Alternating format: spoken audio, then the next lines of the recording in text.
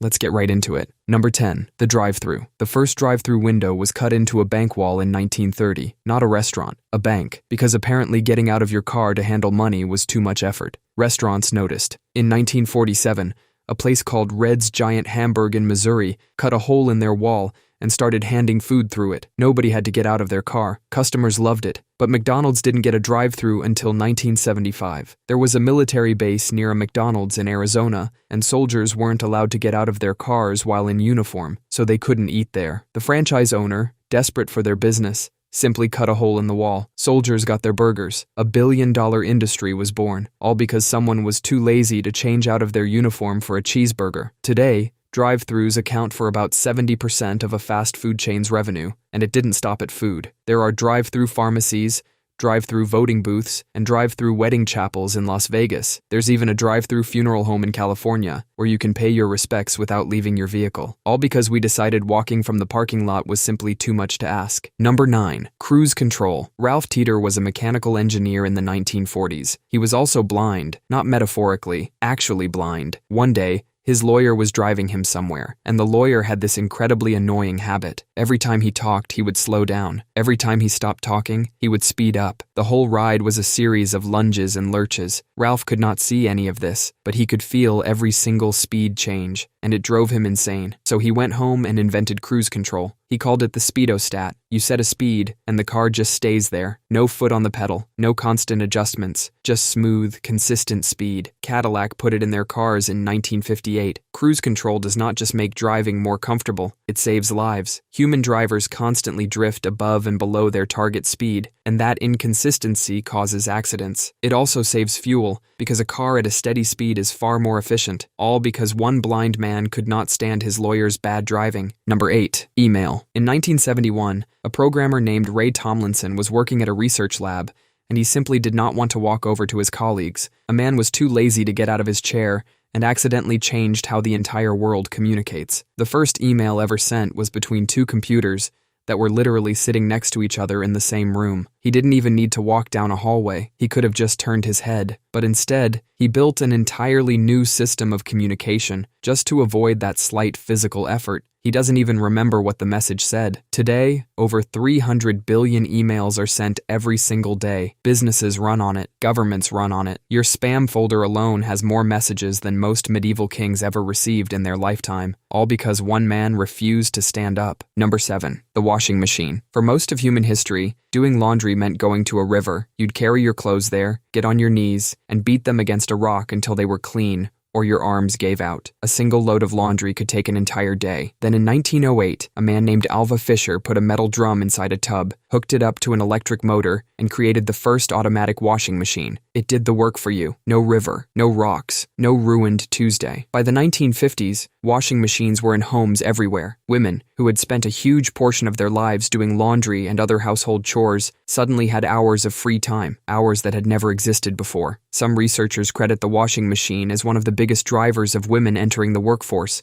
It wasn't a political movement or a speech. It was a metal box that shakes clothes. The economist Ha-Joon Chang argued that the washing machine changed the world more than the internet. The internet let you access information. The washing machine gave people back entire days of their lives, every week, for decades. Number 6. The photocopier. Chester Carlson was a patent clerk in the 1930s. His entire job was copying documents by hand, all day. He had arthritis, and the work was painful, so he spent years in his kitchen trying to invent a machine that would do it for him. In 1938, in a lab above a beauty salon in Queens, he figured it out. He used static electricity and a powder called toner to copy an image onto paper in seconds. He called it xerography. Chester tried to sell this idea to over 20 companies. IBM said no. General Electric said no. They figured carbon paper, a smudgy mess that made maybe 2 readable copies, was good enough. For over a decade, nobody wanted it. Finally, a small company called Haloid took a chance on Chester's invention. They renamed themselves Xerox. In 1959,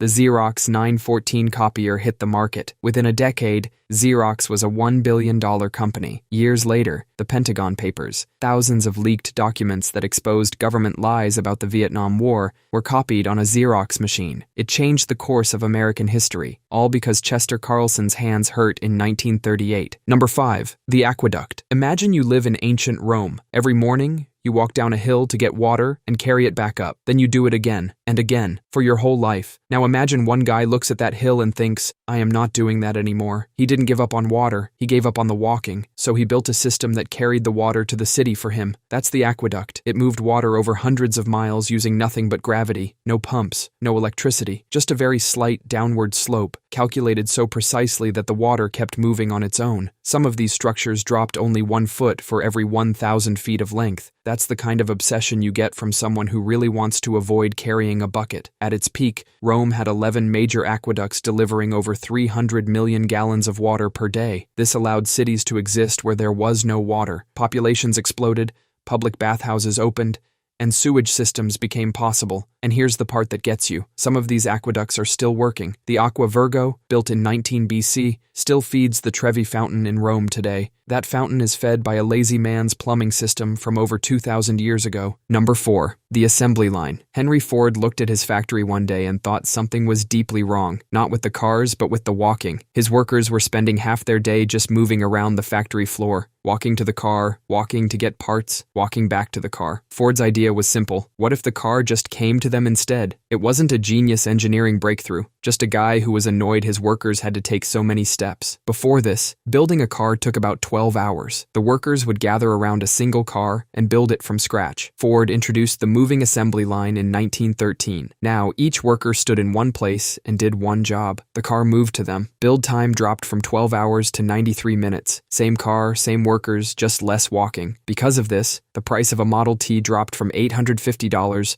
to $260. Suddenly, regular people could afford cars. The middle class was born. Ford also cut the workday to 8 hours and raised wages, not because he was generous, but because he noticed his workers were too tired to be efficient. Less work, more output. The entire modern economy runs on this one lazy idea. Number 3. Copy, cut, and paste. Larry Tesler was a computer scientist in 1973, and he was tired of retyping the same text over and over again. Same words, same sentences, just sitting there like a monk copying scrolls by hand. He thought there had to be a better way, so he invented cut, copy, and paste. A single programmer was too annoyed to retype things, and now every single person on Earth uses his solution dozens of times a day. Think about what copy and paste is. It's a magic teleporter for words. You grab text from one place, and it instantly appears somewhere else. No retyping, no mistakes, no wasted time. Before this, moving a paragraph in a document meant retyping the entire thing in the new spot. Then you'd cross out the original. That's like having to rebuild your house just because you wanted to move the couch. Billions of hours of human effort have been saved. Our entire digital world is built on this foundation, all because one guy refused to type the same sentence twice. Number 2. The remote control. In 1955, an engineer named Eugene Pauly had a problem. Not world hunger, not disease, just the 12 feet between him and the TV. He had to get up off his couch to change the channel, so he invented the Flashmatic, the world's first wireless TV remote. The remote didn't just change how we watch TV, it changed what was on TV. Before the remote, people watched whatever was on, because changing the channel meant getting up, and getting up was not an option. After the remote, people started flipping between channels constantly. Channel surfing was born. Networks panicked. They realized they had about 3 seconds to grab your attention before you were gone forever.